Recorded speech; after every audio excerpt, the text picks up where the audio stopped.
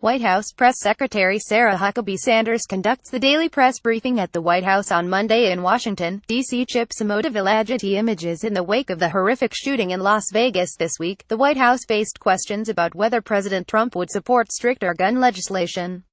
Press Secretary Sarah Huckabee Sanders didn't give a definite response to these questions, but her statement showed a White House hesitant to create new regulations. "I think one of the things we don't want to do is try to create laws that won't stop these types of things from happening," Sanders said Monday. "I think if you look to Chicago, where you had over 4,000 victims of gun-related crimes last year, they have the strictest gun laws in the country. That certainly hasn't helped there." Pointing to Chicago to suggest that gun laws don't work is not a new talking point. Trump claimed Chicago had the toughest gun laws in the United States in a 2016 presidential debate. His fellow Republican candidate Chris Christie likewise pointed to Chicago as a place with high crime despite tight gun laws. And the rhetoric goes beyond politicians. The right-wing site Breitbart has on many occasions posted articles with headlines containing the phrase "gun-controlled Chicago." This can sound like a potent talking point. It is a huge city with a notorious crime problem, which Trump already used regularly to talk about creating law and order. It also packs the added rhetorical punch of being closely linked to President Obama, whose actions Trump has worked hard to undo. But while gun violence in Chicago is high, the rest of this common talking point doesn't really hold water. High crime and tough gun laws. It's also true that there were more than 4,000 shooting victims in Chicago in 2016. It's also true that Chicago has suffered a massive amount of gun crime recently. In 2016, homicides in Chicago sharply rose, mostly as a result of gun homicides, as the University of Chicago Crime Lab found in a January report. Gun homicides in the city rose by 61% between 2015 and 2016. That helped make the gun homicide rate in Chicago particularly huge compared to other similar cities. The rate was 25.1 per 100,000 residents in 2016, compared to 14.7 in Philadelphia and just 2.3 in New York.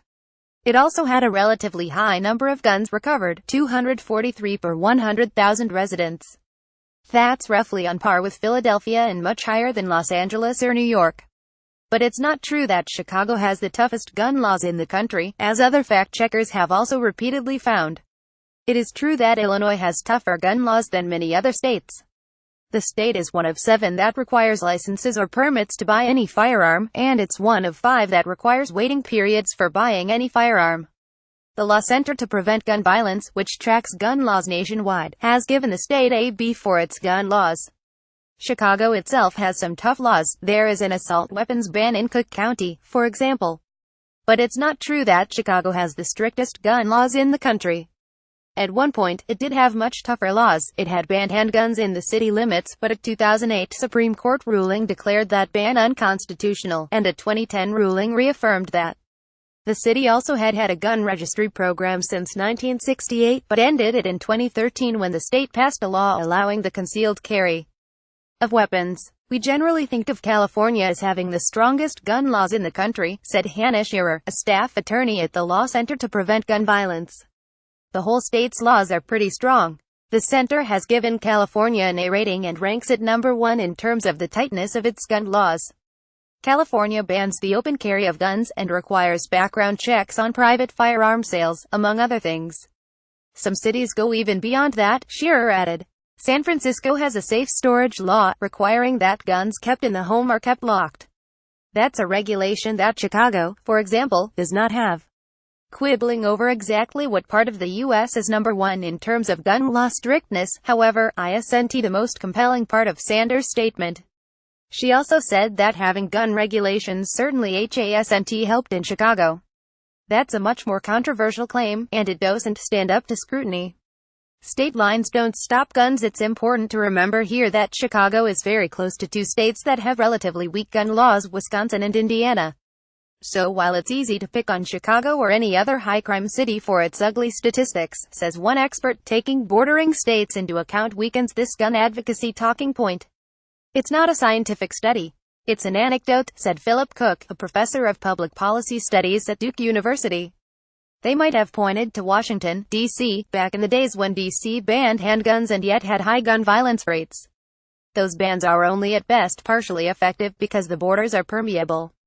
D.C. borders Virginia, which does not have strong gun laws. It gets a D from the Law Center to Prevent Gun Violence. Neither Wisconsin nor Indiana requires licenses or permits to purchase a gun, for example, nor do they require waiting periods. While Illinois has that B rating from the Law Center, Wisconsin has a C and Indiana a D, and there's good evidence that being next door to those states keeps Chicago criminals well supplied with guns. A 2015 study of guns in Chicago, co-authored by Cook, found that more than 60% of new guns used in Chicago gang-related crimes and 31.6% used in non-gang-related crimes between 2009 and 2013 were bought in other states. Indiana was a particularly heavy supplier, providing nearly a third of the gang guns and nearly a fifth of the non-gang guns. Other evidence corroborates this. A 2014 Chicago Police Department report found that Indiana accounted for 19% of all guns recovered by the department between 2009 and 2013. New firearms trace data from the Bureau of Alcohol, Tobacco, Firearms and Explosives released last week likewise shows that Illinois as a whole faces a massive influx of guns. Of around 8,700 firearms recovered in Illinois and for which the Bureau found a source state, more than half came from out of state, 1,366, nearly 16%, came from Indiana alone. By comparison, 82% of guns recovered in Indiana and traced were from within Indiana, suggesting that criminals in that state don't have to cross state lines, like those in Illinois, to get their weapons. All of this might suggest that criminals will just go to whatever lengths necessary to get their hands on guns, regardless of whatever laws are in place. But that's the wrong way to think about it, Cook said. No one's in a position to say that Chicago's various special regulations and Illinois' regulations are doing no good, he said, because we don't know what the homicide rate would be in the absence of those. Sources: 2016 Gun Law State Scorecard. Law Center to Prevent Gun Violence. Firearms Trace Data, 2016. Bureau of Alcohol, Tobacco, Firearms and Explosives. Gun Violence in Chicago, 2016. University of Chicago Crime Lab. January 2017. Phone interview with Philip Cook, Professor of Public Policy at Duke University. October 3, 2017. Phone interview with Adam Winkler, Professor of Law at UCLA. October 3, 2017. Some sources of crime guns in Chicago. Philip J. Cook, Richard J. Harris, Jens Ludwig and Harold A. Pollack. The Journal of Criminal Law and Criminology, 2015. Tracing the Guns: The Impact of Illegal Guns on Violence in Chicago. City of Chicago, Office of the Mayor and Chicago Police Department. May 27, 2014.